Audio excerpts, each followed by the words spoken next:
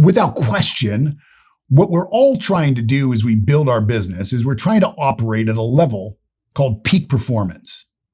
If you've watched any, Olympic sporting event, what you see is athletes at the very top of their game.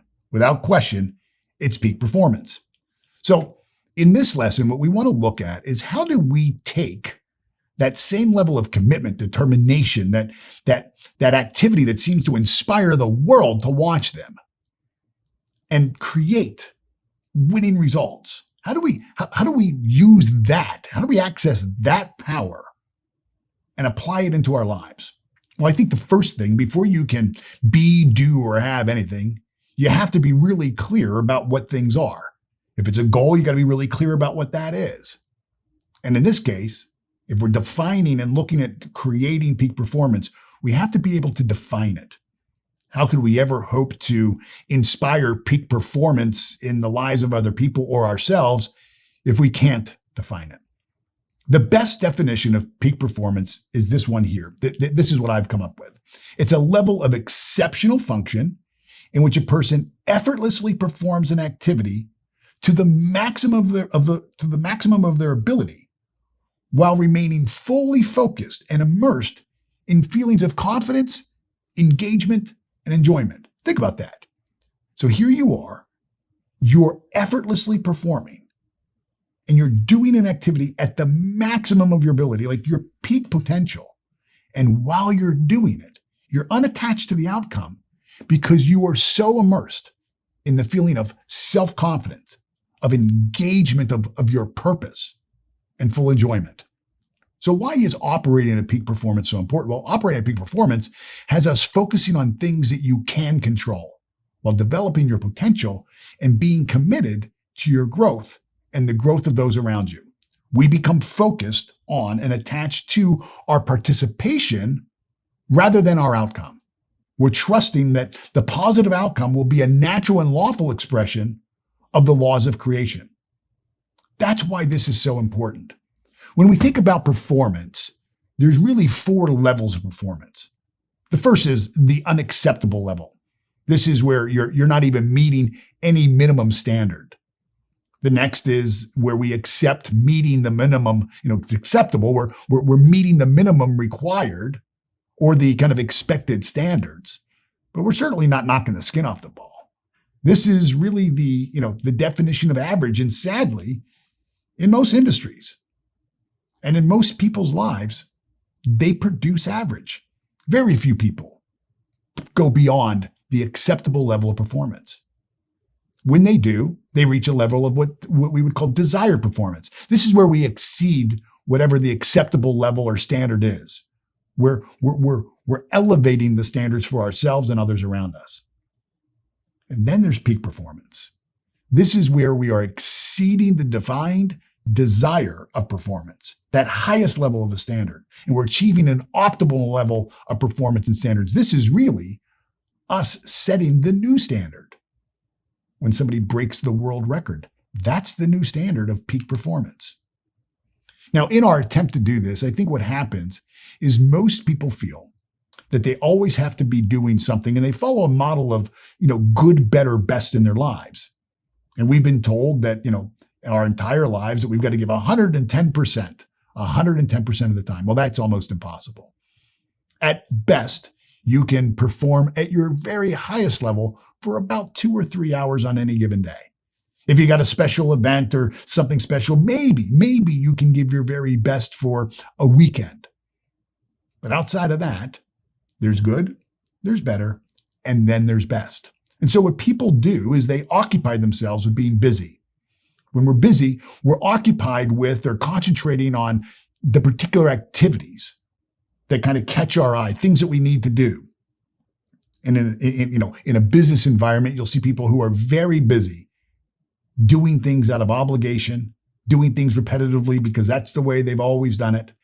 We actually create systems and processes to keep us busy. I've always said that I would love to write a book titled, "Why Are You Making It So Hard for Me to Give You My Money?" It seems like whenever I've tried to buy things online, Somebody was real busy in setting up the landing page and thought, well, they have to fill out this form. Then they have to fill out this form. Then they need to fill out this application. And there's 7 or 8 steps that somebody was very busy in creating, but it wasn't productive. As a matter of fact, it prevents me from being able to buy, which I'm trying to do. And so we get really busy doing busy work on whatever kind of catches our attention. These are the things that we call should be doing. And before you know it, your whole team is shoulding all over themselves. We should do this, and we should do this, and we should do this. Following what everybody else is doing. Trying to follow everybody else's standard instead of defining a new standard. See, when we move from busy, we can go to productive. Productive is completely different than busy. The most important thing is the result. See, when we're productive, we're doing the right things. And we're doing the right things for the right reason. And we're doing them at the right time. And we're doing them in the right way. We're doing them in the right place. We're doing them with the right people. And then we're able to measure how much of that work was actually completed as it relates to our goal. Did it move us closer to goal achievement? Or were we just busy? Did we just kind of continue moving kind of laterally without really moving the ball downfield? That's the big difference between somebody being busy and somebody being productive. See, we can measure busy work, and, busy work, they can say, well, look, I did 100 units of this, or we sent out, 1,000 emails, or we did this, or we did that. Well, that's great. Yes, you can measure all of those things, but can we measure them to the desired outcome? Did it create movement towards the goal? That's the difference between busy and productive. Now, when we look at making this kind of shift for ourselves and for our team, there's 3 things we have to focus on. If you're going to be operating at peak performance, the first thing is you have to have the right mindset. The second is you have to have the right motivation. There's got to be a motivator behind that's driving your behavior. And then there's methods. So when we think of mindset, what we're talking about is our attitude. What is attitude? You don't have to go long in your day to see people who have a bad attitude. And you can walk into a Starbucks and maybe there's 7 or 8 team members behind the counter. And if you sit back and sip on your cup of coffee, in about 5 minutes, you'll be able to know who on that team has a good attitude and who has a bad attitude. And just like peak performance, if we can't define something, how could we ever inspire change in ourselves or others? Most people can't really define what attitude is. If we had a room with 25 people and I asked them to define, the meaning of attitude, we'd probably come up with 25 different definitions with, similarities, but they would all be different. See, I believe that attitude is our thoughts, right? I mean, wouldn't you agree that if somebody has stinking thinking, their attitude is bad?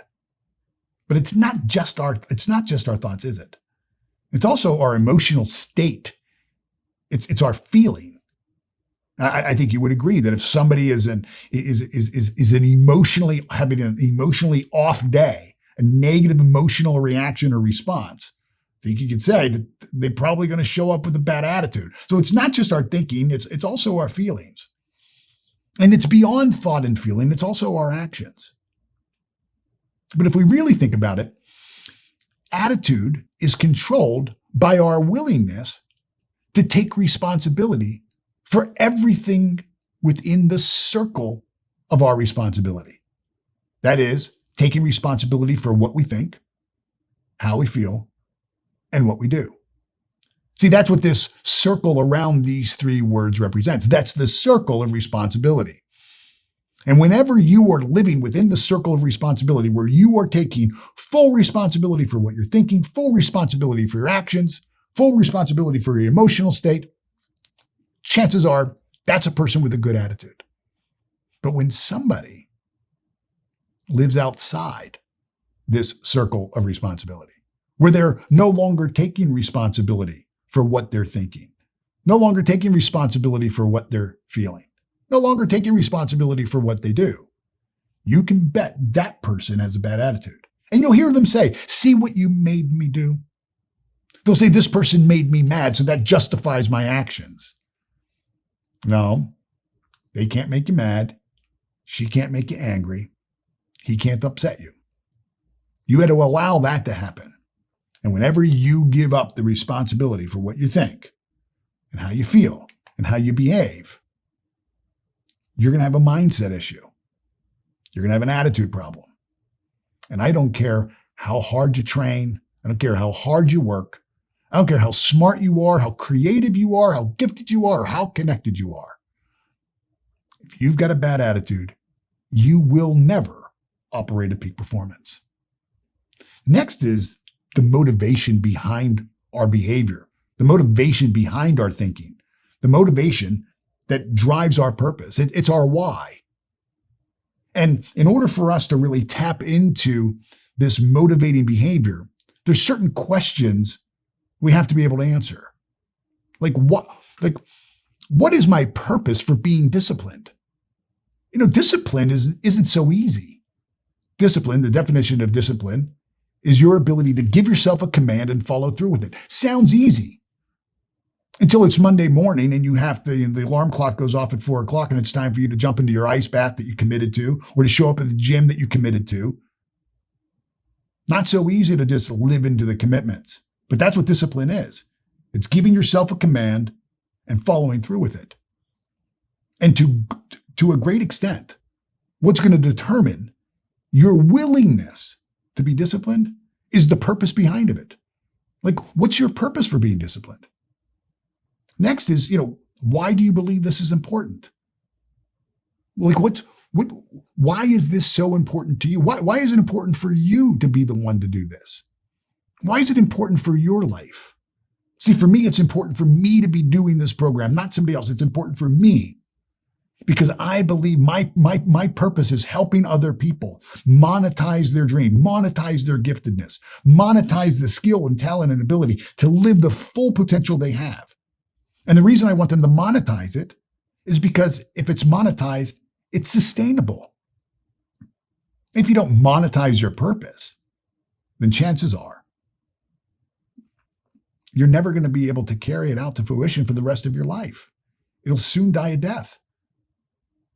The society is set up this way that truly money makes the world go around. And so I believe it's important that I do this program because I believe I can help people connect to their potential, identify their purpose, develop their skill set to communicate their value, articulate the value proposition they bring to the marketplace, and generate wealth doing it so that they can really live it out. What are my values? What's my immediate and future reward for taking this action now? What do I need in order to feel completely supported? What's the easiest and most productive action that I can take right now to create behavior momentum? See, these are the things of motivation. We've got to be able to answer these questions. And when you have answers for these questions, when you're able to take your business plan and take your action plan and take your daily agenda and apply those three things to this formula of decision making, I think you're going to find that you're going to be driven from motivation. I'd encourage you to go watch the lesson on the 7 levels of logical conclusion around decision making, where we teach you to start making decisions from the spiritual essence of who you are in the bigger picture, that you're not alone, that you're connected to the source of all things. And this idea, this dream you have, if you've been sourced with this idea, you've been resourced. And so you begin to see yourself as a fully resourced human being, capable of being and doing, have whatever it is that you want based on your values and your beliefs. So we have to have the right mindset. We have to have a why that drives us and motivates our behavior. And then we have to have the methods. This is the tools and the techniques that we can use to increase our productivity, to move from being busy to being productive. When you begin to think about it, these methods become shortcuts or defaults to our own behavior and decision-making. I've learned over my 35 years of an entrepreneur is I've developed just simple mantras, things that that I use as default shortcuts in my thinking. One of the things I like to do is I want to ask myself, and I want to be able to answer, like right now, what's the most important thing that I can be doing right now for my business? When I began to answer that question, I found that most of the things that were on my agenda for a week should never have been on my agenda anyways. They should have been on, an administrative assistant. They should have been on a design team. They could have been over to a copywriter. They could have been sent to accounting. I spent many hours in my first businesses doing things that was busy work that I should never have been doing. Like right now, what's the most productive thing you can be doing in your business? I think you're doing it right now by watching this program. What you're doing is you're expanding your awareness. You're expanding the awareness of your potential. You're expanding your understanding of a process that will serve you for the rest of your life. Another question I ask myself is, what else? Who else? When else? Where else? Like, why does it have to be me? Why do I have to do this task? Why do I need to be involved in, the copywriting meeting? Who else could be doing that? Why do I need to be, developing the PowerPoint? Why do I need to do this now? See, what I'm trying to do as an entrepreneur, and something that you should really consider doing, is promoting yourself out of a job. If you find yourself working in your business instead of on your business, you don't have a business. You've got a job. Another one of these kind of methods I use is good, better, best. I use this for decision making.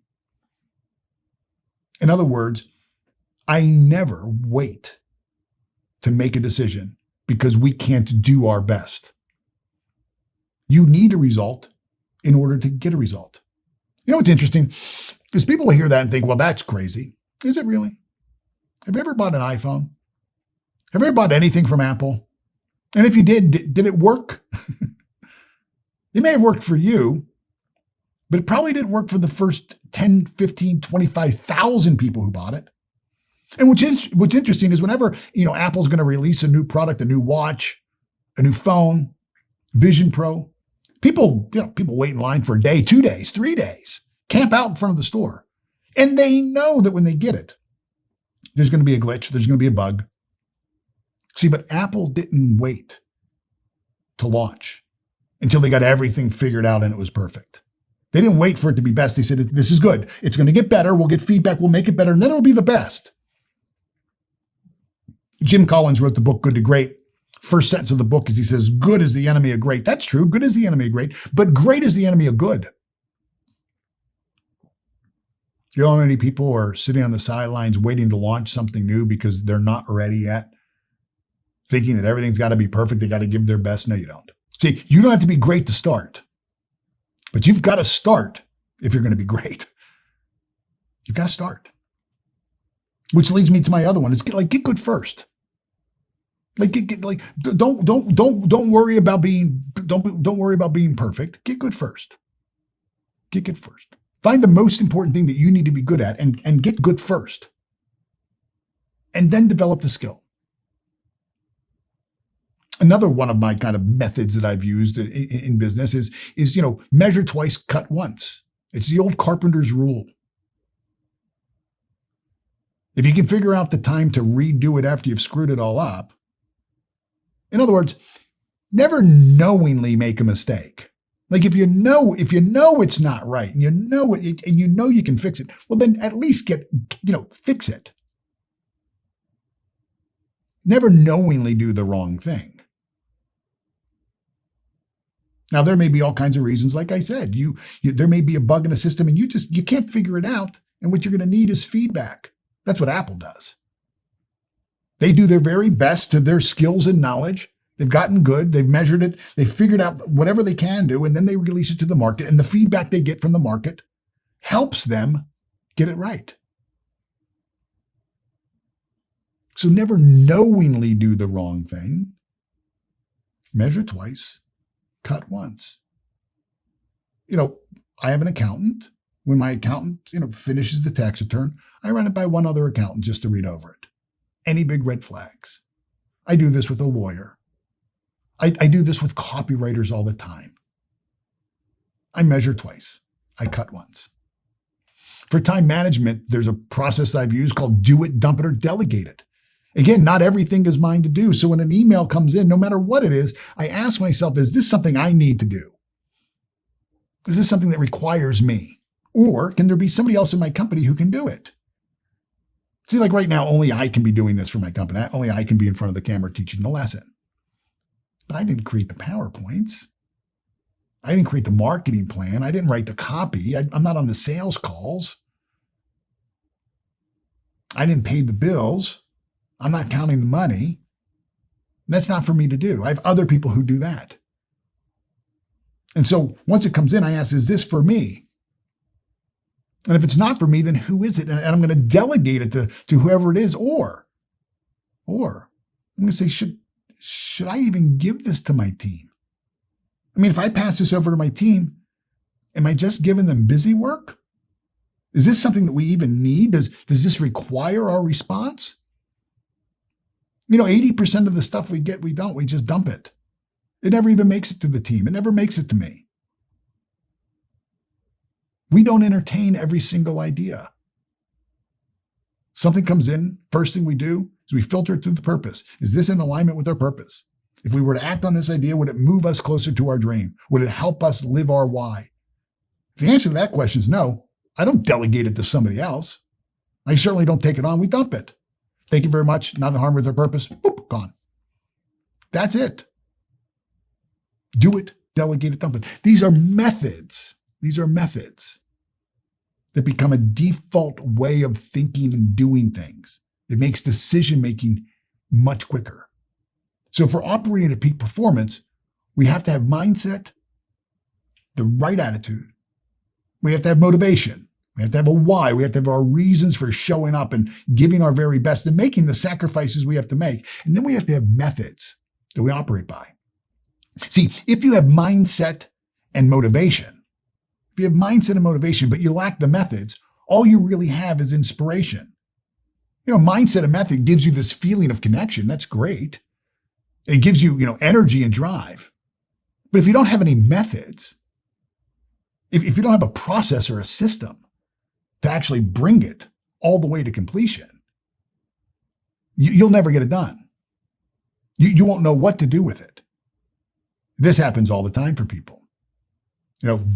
Great ideas, great thinking, great cause, but no methods to implement. And so they end up with inspiration. See, you can have the right mindset, the right attitude, and you can have all the methods. But if you lack the why, if you lack the importance and the belief, all you have is ideation. So a person believes it's possible. They believe their dream is possible in their mindset. They got the right attitude. They understand the steps to get there, but they never really execute. These are, idea guys, because there's no real purpose behind it. It's not a calling. They're not called to do it. And what ends up happening is these are things that they should do, but they never do. It's just an idea and it never develops any further. Now, you can have motivation. You can be really driven on purpose. You can have great systems and processes. But man, if you don't have the right mindset, if you don't have the right attitude, you're stuck at implementation. So you've got the purpose, you've got the energy, you kind of broken things down into bite-sized pieces. You know all the steps to get there, but you stay stuck because you can only perform to the degree that your mindset allows you to.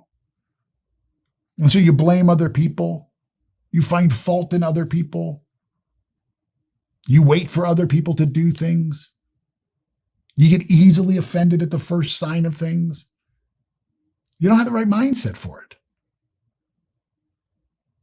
Peak performers have mindset, motivation, and method. They have all three. What they have is integration. They're using all of their potential. They're using all of the resources. They're operating in harmony instead of balance. You'll see people, if the average person who looks at my life, they look at my marriage, they look at me as a stepfather. I've got a 9-year-old at the time of this recording and an 8-year-old boy. And they look like, I'm filming this right now. It's a Sunday afternoon. Most 59-year-old guys are not in a studio filming a program on mindset, motivation, and method on peak performance. And so people would look at my life and say, geez, you're out of balance. You're out of balance. Your work-life balance is no. We don't measure balance that way. We're not looking for balance. If we seek balance, what we end up doing is keeping score. My wife saying, well, you spent 5 hours at work, so now you need to spend 5 hours with family, or, I took out the garbage on Tuesday, so now it's your turn. If you're looking for balance, you'll keep score against yourself and other people. We look for harmony. See, in October of last year, my wife and my 2 boys and I spent 2 weeks in Italy. Private tours through the Vatican. We rented the Vatican. We rented the Vatican Museum. We rented the Sistine Chapel. Private. People didn't even know you could do that. Private. We went down and saw Mount Vesuvius. We went to Pompeii. We went to Naples. Little 8-year-old and 9-year-old flying first class. That was in October. January, we went and lived on top of a mountain in Montana in a big, beautiful log cabin. Did dog sled running, snowmobiling, sledding, lived on the mountain and explored all the trails for several days, then drove over to Yellowstone National Park, hired a private guide, took snowmobiles all through Yellowstone Park, spent the whole time together. That was in January. In March, took a 3-week trip to Japan. See, that's not balance either, is it? That's harmony. And see, when you can do this is peak performance. This is where you step into and live and walk your I amness. Your I amness. Who and whose you are. The complete fulfillment of your God-given potential. That's what peak performance ultimately creates for you. I hope this helps. Be well.